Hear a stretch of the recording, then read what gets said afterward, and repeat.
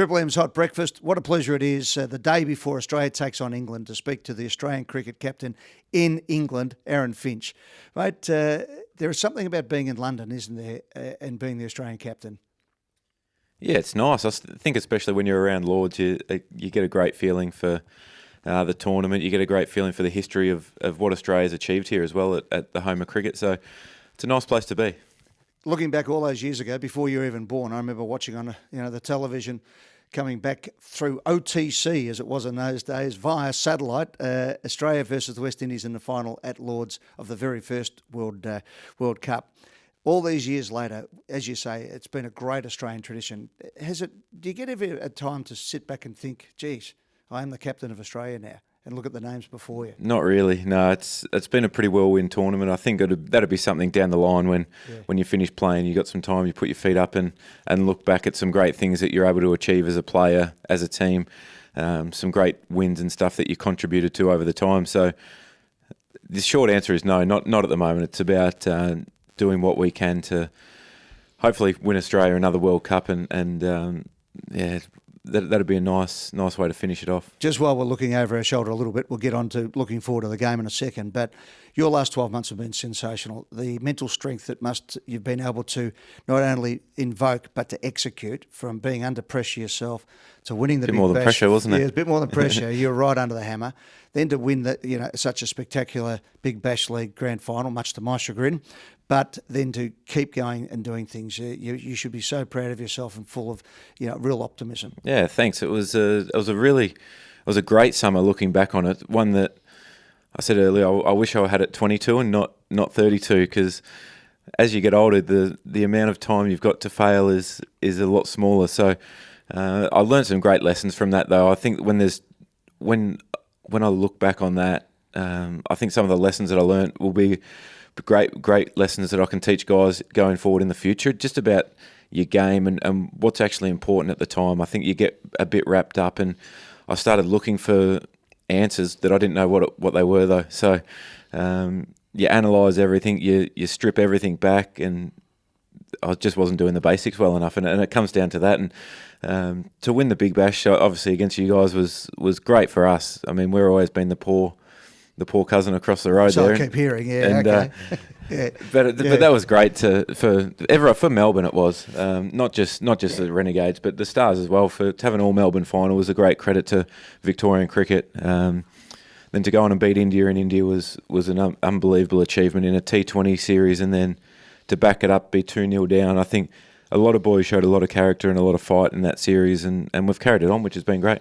Sometimes it's interesting if it all goes a sportsman's way. When they get to the big time and become a captain, I've seen them sometimes just spiral because the pressure comes on when there's more pressure.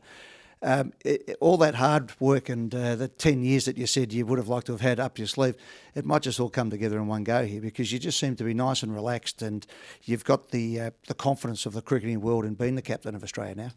Yeah, I think having that experience and being around the Australian team for quite a while before having captained the side and coming in under the circumstances, which was really unfortunate, I think you look at things differently. When you're younger and you get that role, you want to change the world, you want to change everything that goes on with it.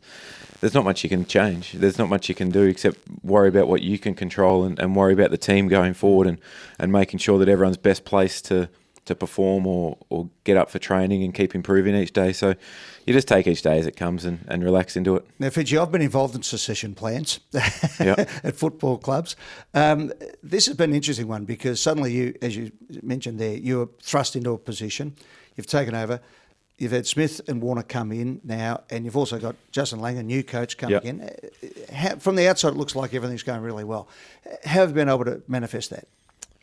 Oh, it's been great. I think having the experience of Davey and Steve coming back in has been valuable as well. And look, whatever side of the fence you sat on with their bands and stuff like that, they served them very well. And they come back and they should be afforded everything. But I think just going forward, I've used them as much as I can on the field tactically, and JL's pretty strong with his views of how things should be run off the field. So I think it's about tapping into as many resources as you can, because I don't know everything. JL doesn't know everything. They didn't know everything. Steve, David, they don't.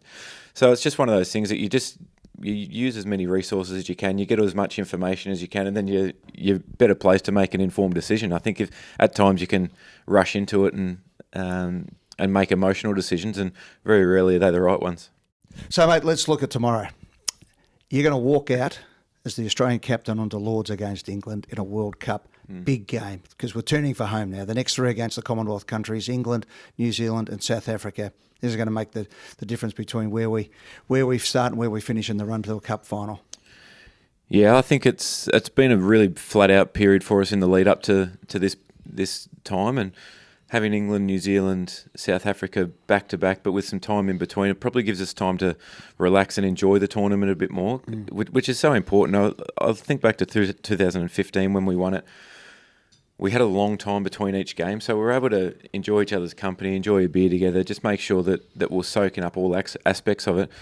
I think just during the middle part of this tournament where it was play, travel, and it was just pretty ruthless for a couple of weeks there, you sort of forget to soak up everything that comes with the World Cup. So, like you said, it's turning for home. It's 3 games to go, plus some finals. I think we're in a good position at the moment, but at the same time, playing at Lords in front of English crowds in a World Cup, that's going to be brilliant. And then to do it against New Zealand the game after, it doesn't get much better than that. Just focus in on tomorrow for a second. It is big. I mean, the crowd are going to give it to us, and it's going to have all that element of what you've actually gone through over a period of time now, that you're in the furnace. You know, you're the man in the arena tomorrow at Lords. It's sort of the stuff of dreams, isn't it? Certainly is, and I think that's where you play. You play for the big games and the big moments, and when you talk about great players, you look back at history and you look what they've done in big games. So that's what's really exciting for our group. We've got guys who have stood up under pressure. We've got guys who have been in Ashes series, in World Cups, and done the business. So we've got no worries from that end. It's just about enjoying the game, embracing everything that comes with it. The emotional highs and lows that you have to deal with game to game are pretty big swings as well. So you just make sure that you're on top of everything and you're as well prepared so that when you get out into the middle, you've got no surprises. So going into this game, you've had a couple of days off. The partners are here. Everyone seems to be in really good spirits. The Poms have been knocked off, so a little bit of pressure going onto them suddenly. So the last question to you is, how are you feeling going into this game? Oh, like every game, a little bit nervous. You just want to get it started. Yeah. I think when you walk out, I get really nervous on the way to the ground, and then once I'm there, I'm okay. But walking out for the national anthems is pretty special, and I know you do it AFL finals, the start of most series, we do it. Every game for a World Cup, you do it. So it just gets the blood racing and the hairs on the back of your neck stand up when the national anthem starts. So to have that at Lords in front of what will be a pretty brutal crowd, no doubt, and something that we've got to expect for the next 8-10 weeks as well. So it's going to be fun. Just wanted to get it started. Good on you, Finchy. Good luck, mate. Thanks, mate. The hopes of Australia with you, and that is not the pressure of Australia. It's actually the hopes. There's a genuine feeling of goodwill towards this team after it's been through a pretty savage couple of years, really, and everyone's really barracking for you back home, mate. Thank you. Good on you, Finchy. Well done, mate.